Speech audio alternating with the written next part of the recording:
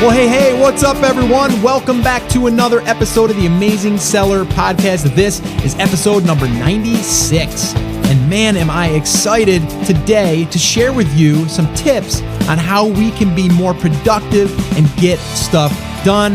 And not just from me, because I'm not an expert at this. I actually need a lot of help with this. I'm always struggling with this. I'm getting better, but I've gotten better since I started listening to my next guest who has a podcast, and it's called Kate's Take. And Kate Erickson, who we're going to have on the show today, who also helps run one of the most popular podcasts out there in the business category, which is Entrepreneur on Fire, eofire.com. And she is over there helping to run that. And that's really where I found Kate's Take, because she started that podcast after they had already started Entrepreneur on Fire. So John Lee Dumas, you guys may or may not have heard of, probably heard of, but if you haven't, that's another great podcast that I listen to. It's inspiring. They're interviewing other entrepreneurs, going through their journeys, all of their struggles and all of that stuff. So if you haven't checked that out, I would definitely recommend checking that out. But Kate's Take really resonated with me because I've always wanted to know more about systems and processes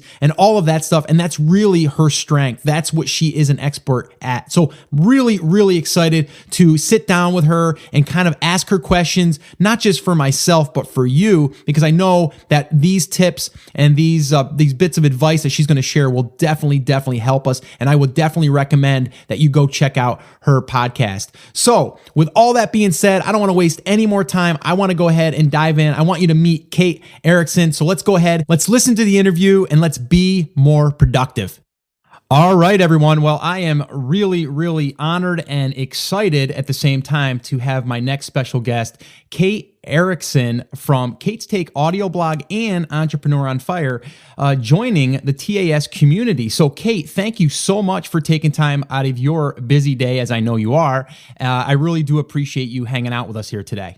Scott, thank you so much for having me. I really appreciate you inviting me. And I also appreciate everyone who's tuning in because like you said, we're all busy. We all have lots of things going on.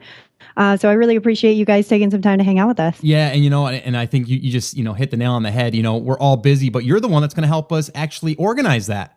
Yes.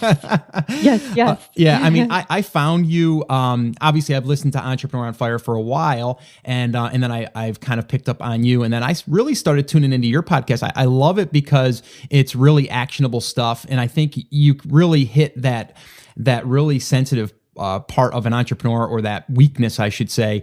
So that's really what resonated with your podcast with me. And I did a podcast episode where I talked all about your podcast and how it's helped me. And hopefully some of those people have went over and listened. But if not, now they're going to hear it straight from your mouth. But then we're also going to get them to listen to your podcast because I think it's really valuable. Totally. Oh, that's awesome. Thank you so much. Yeah, no problem. So let's kind of dig in. I think people, if they want to figure out like where you and John came from, they can go over to Entrepreneur on Fire. They can hear it all over there. I don't think we need to dig into that because I think a lot of my listeners are probably either listeners or they've heard of it. So if anyone wants to hear any of that stuff, I would say go on over to either one of those places and we can link up to that in the show notes. But I really want to just dive into the kind of the productivity hacks type stuff. And because I've got a lot of listeners that they struggle with, and including myself, it's like, what do you focus on? As entrepreneurs, we're always struggling with that. So I'd love your take on that maybe. And then from there, maybe we can dig into some strategies.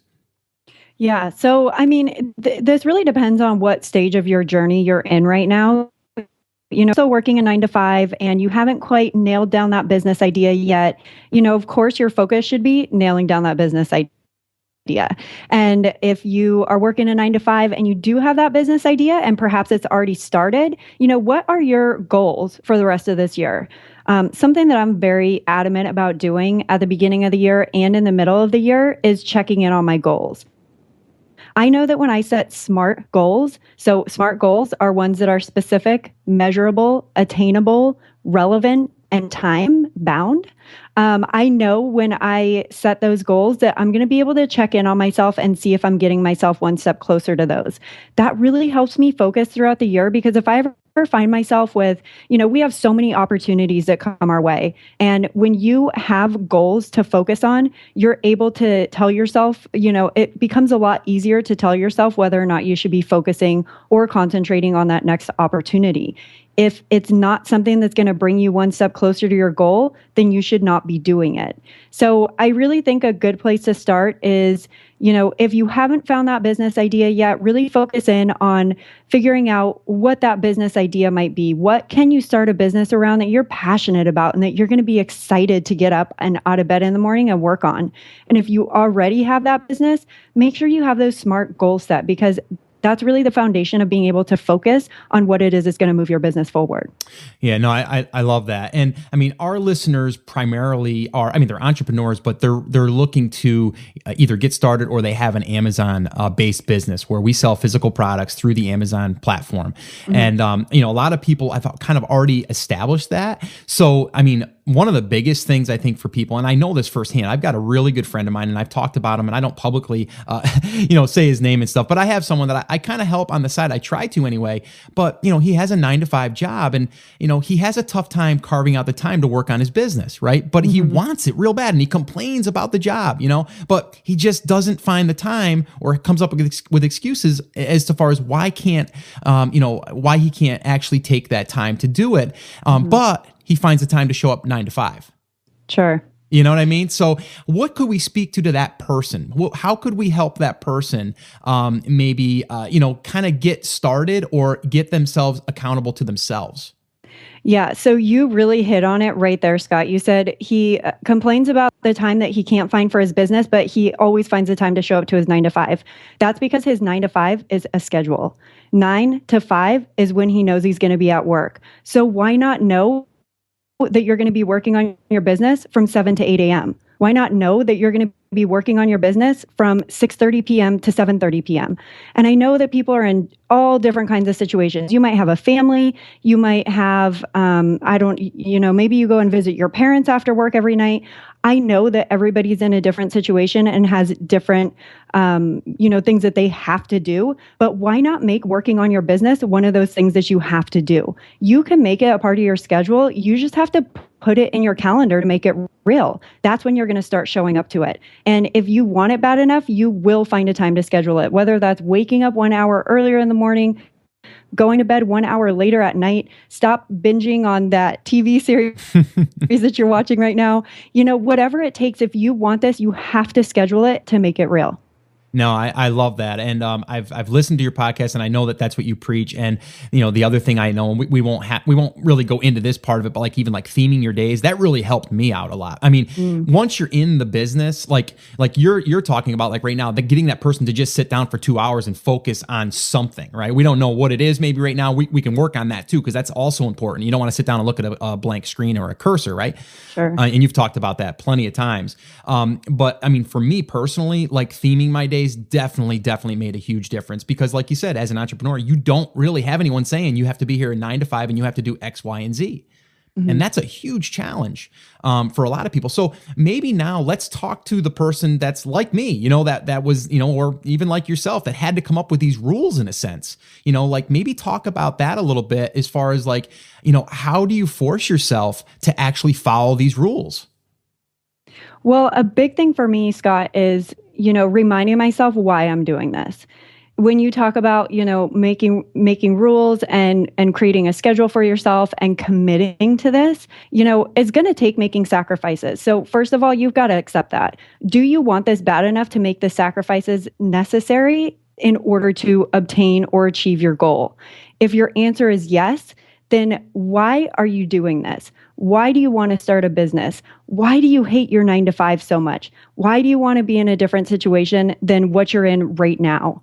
For me, I realized that when I was working in corporate America and I missed out on this major promotion that I thought was just going to make my life for me. This was when I was climbing the corporate ladder. I thought I was doing everything that I was supposed to be doing right.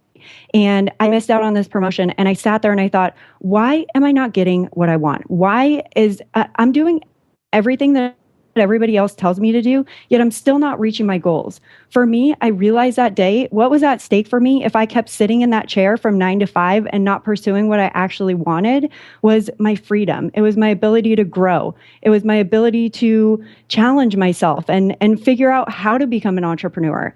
And for me, every time I think wow, I don't have time to work on my business right now, I'm really busy, I can't schedule that time, you better believe what's at stake for me if I don't find that time is a lot more important to me than anything else. You've got to remind yourself what's at stake for you, because that's really what's going to push you to keep going, even when you think like, maybe I don't have the time, or it's not convenient right now, or I really don't want to make this sacrifice. Really think about what you're giving up for your future, for your family, if you don't make those sacrifices.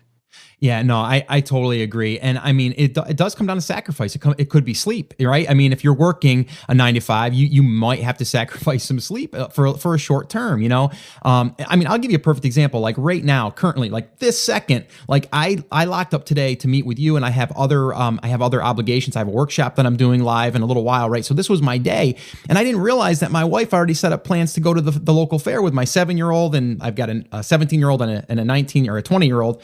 So we can have a whole nother story on the kids thing there. But you can see I'm a busy guy, right? And I always stress that, I basically do what I do so I can spend time with them. And I do.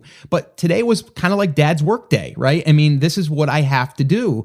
And it bothers me a little bit, but I'm making a sacrifice because I got Kate Erickson on a podcast, so that's cool, right? So I'm gonna make some shifts there in my schedule. But they're going to the fair, they're gonna have a great time, they're gonna enjoy themselves. But also I have the flexibility of then spending time with them later, or we're gonna go to Disney this year and stuff. So we have other things, but you have to sacrifice. And I think everyone in any stage is going to have to sacrifice. It just comes down to, like you said, what are you trying to achieve? And what is the long-term play? And then once you do that, then you can kind of figure out what you need to sacrifice in order to allow yourself to do that.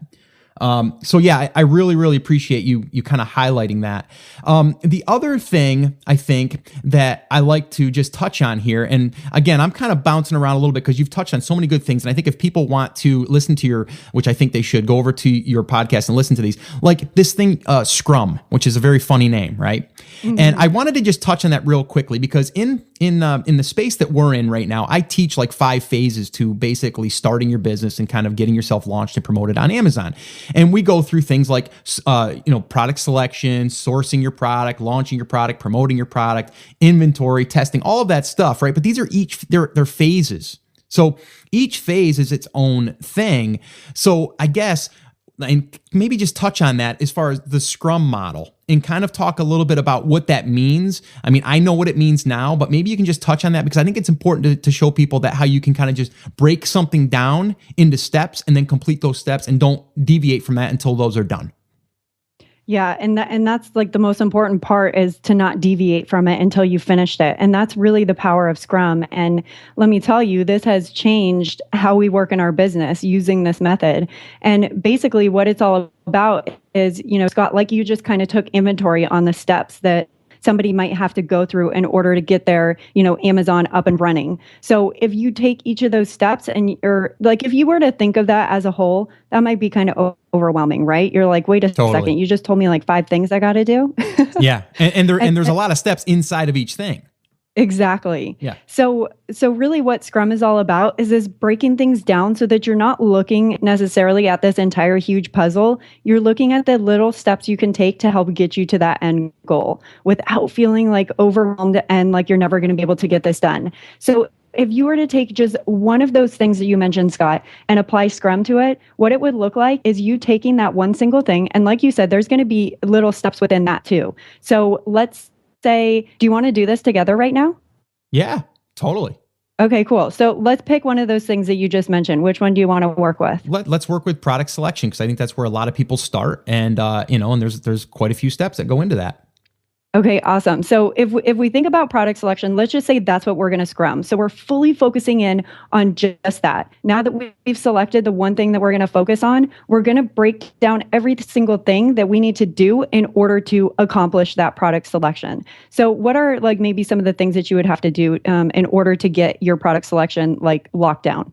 Okay, cool. And this is great because this is a lot what I teach on the workshop, so we can kind of go through those steps. But the very first thing is you brainstorm and you come up with ideas. You don't really worry about if the product's going to sell. You just want to come up with ideas, hobbies, things of interest, maybe things you've had problems with. So you're really you're doing a brain dump in a sense.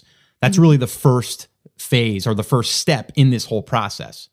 Okay. Okay. Awesome. And so if we look at that as the very first step, and we'll kind of continue to do this throughout every step that you mentioned, Scott. Sure. But what's great about Scrum is that we're going to set deadlines for ourselves too, so that we don't feel like, okay, there's just like this indefinite period of time for me to just continue to think on stuff, because that's when it's easy to put it on the back burner.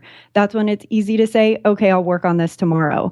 So if we're going to brainstorm different ideas and, not worry about, is this going to sell or anything like that. Right. How long would you say somebody should spend doing something like that?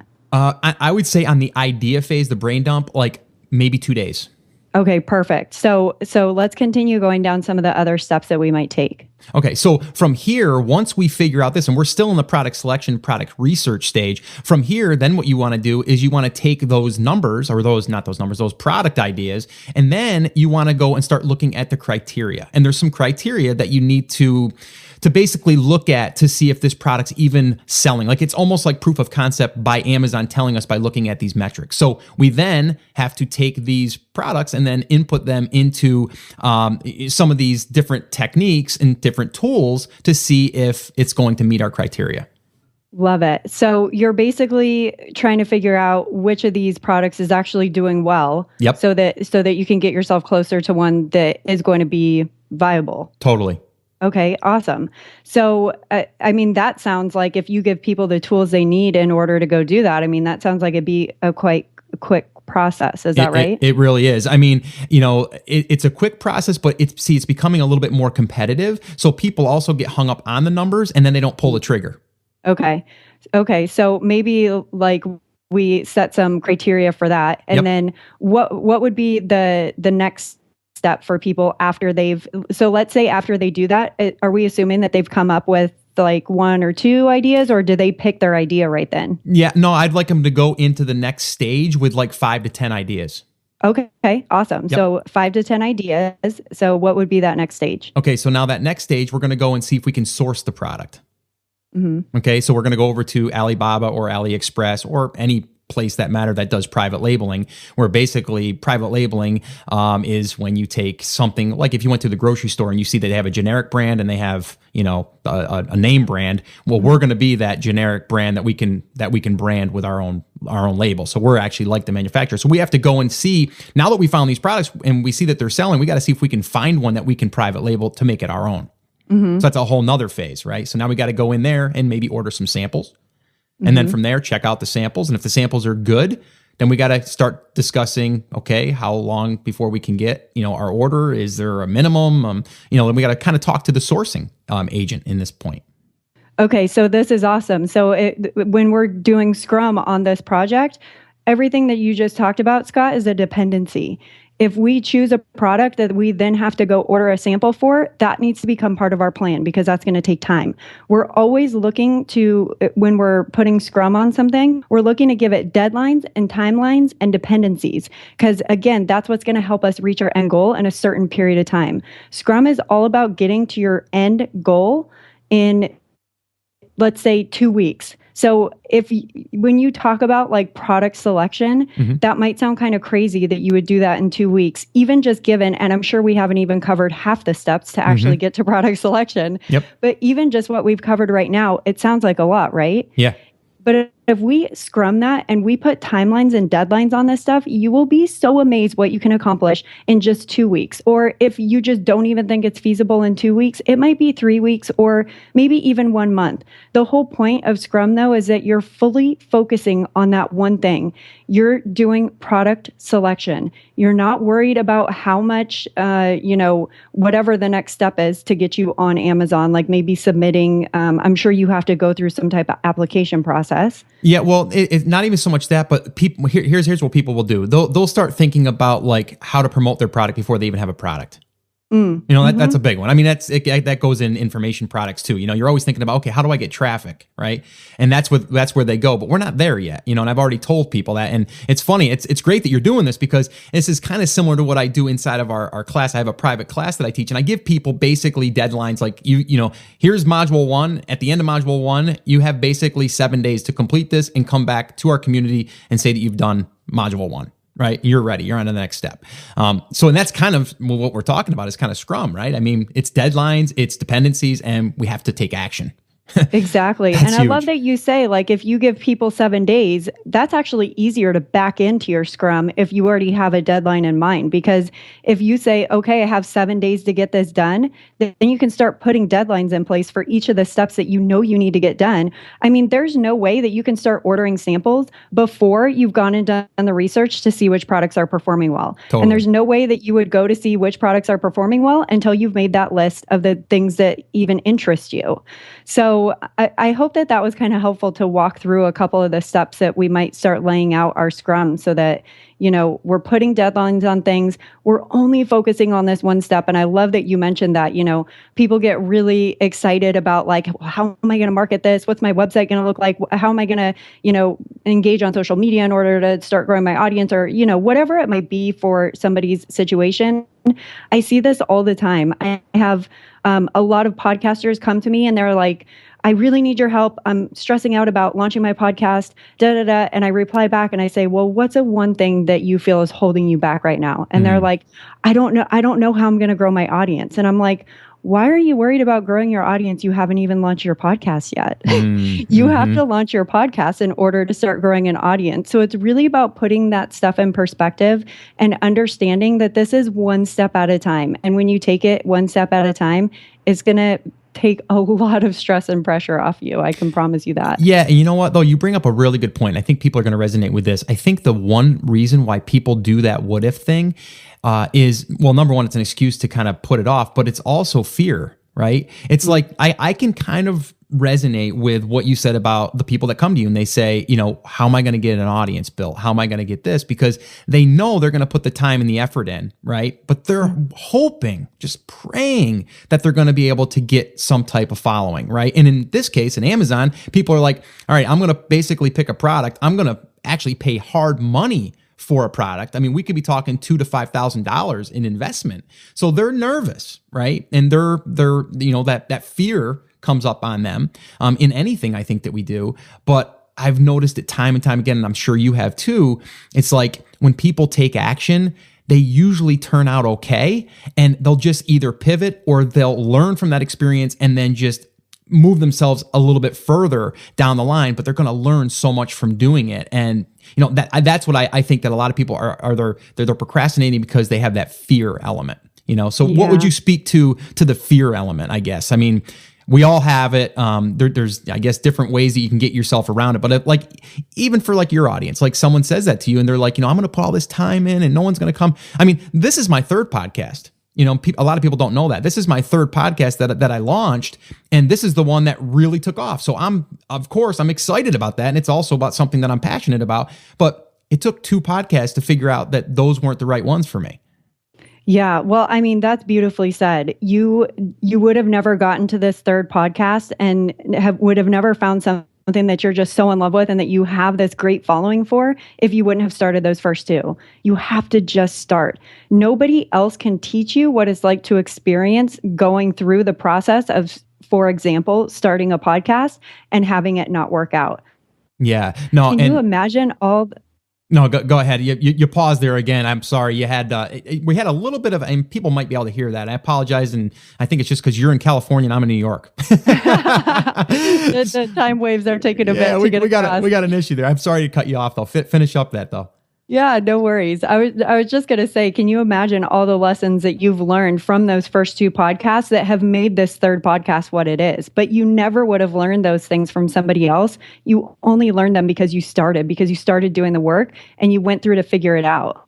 Yeah, and I have to say this too. I'll be totally 100% transparent with you and with my audience. Is like, I almost didn't do this podcast. My wife basically said, Scott, you have to. I mean, she goes, you're always good with people. You're always, you always get a big following at our picnics and stuff. People always want to hear what you're doing. And she's like, you have to do this. And if I hadn't done this, literally, there's thousands upon thousands of people that listen to this that I've helped now since I've started this, which is less than 6 months ago.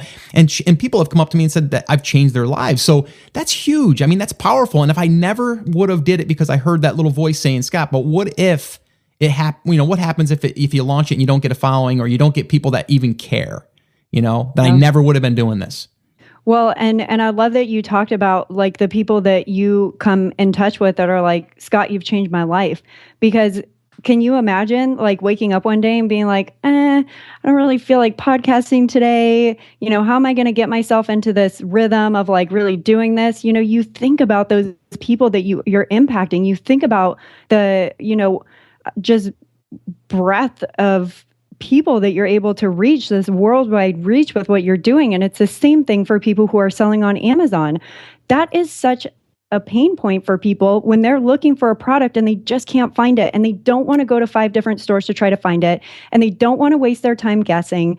If you just get that up there so that you can start impacting and helping people who are looking for that, just imagine how easy it's going to be for you the next time you say, I don't really know when I'm going to find time to do this.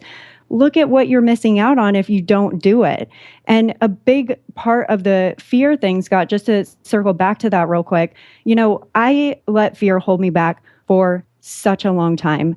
Literally up to about 2 years ago, fear was stopping me from doing just about everything in my life that I wanted to do because I had all those things going through my head. What if it doesn't work? What if people don't like it? What if, I fail? What if I can't make any money and I have to go find another 9-to-5 job? But you know what? When I finally started embracing that fear, that's when I was able to start breaking through it. I started letting fear give me permission to do stuff because I knew that whatever was on the other side of fear was going to be way worth it for me because it was what was going to get me closer to where I wanted to be.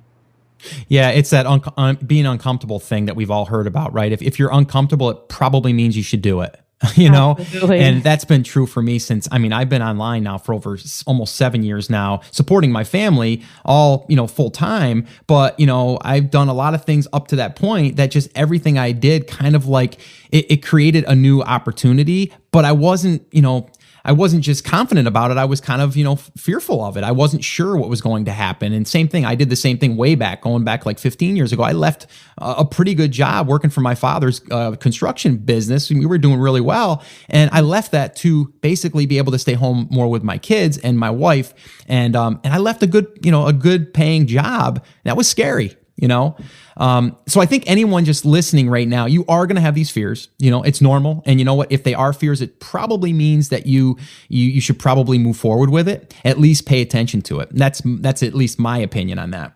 Yeah, I couldn't agree more. I think that's great advice. Yeah. And I do want to say, going back to kind of like hearing what your audience says or people that you've made an impact on, I know you were at Podcast Movement 2015. You spoke at it. I watched your performance there. It was awesome, by the way. Thank you. And I know that you had talked a little bit even on your podcast that you were nervous about doing that and, like all of these things. And you would think, oh, Kate Erickson, she's on top of the world. She's, no problem. And here you are talking about some of these fears that you have. So I just like people to understand that, even though someone seems as though they're confident, they might not be, they might have these fears, but they're still doing it because they know that people are depending on them, Beautifully said. Yeah. So I really, really wanted to say thank you so much again for taking the time for doing that presentation too at Podcast Movement. I watched it and I got to be honest here. I only stayed I went to Podcast Movement to really kind of see Pat Flynn, see John, see yourself.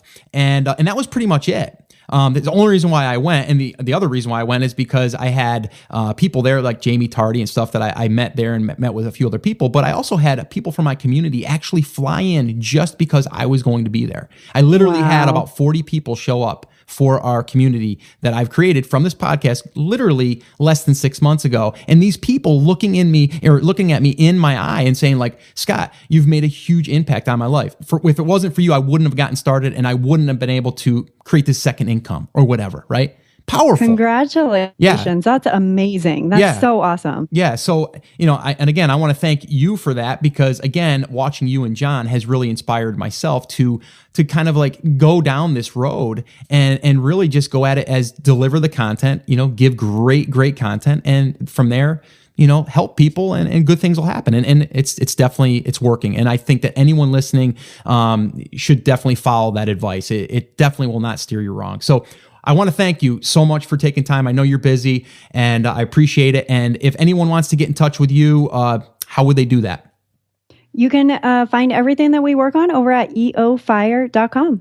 All right, awesome. And I'll link up everything there, and I'll link up your podcast there as well. But yeah, thanks so much again, Kate. I really do appreciate it. And tell John I said hi. Scott, I will. Thank you so much. All right, cool. Thanks.